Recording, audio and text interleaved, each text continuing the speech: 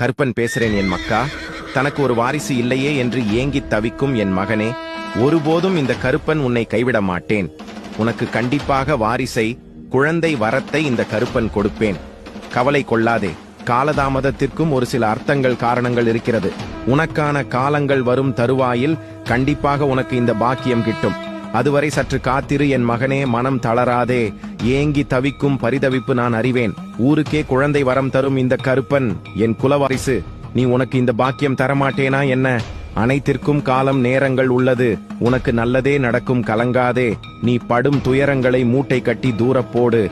உன் அப்பன் நான் இருக்க கலங்கி அழுவது எனக்கு வேதனை அளிக்கிறது.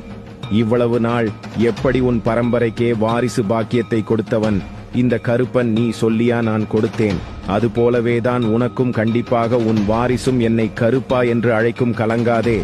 விரைவில் நீ உன் வாரிசுடன் வந்து என் ஆலயத்தில் மொட்டையடித்து எனக்கு பிடித்த பொங்கல் வைத்து என்னை வணங்கி செல்வாய் மகனே. வாழையடி வாழையாக வளரச் செய்வேன்.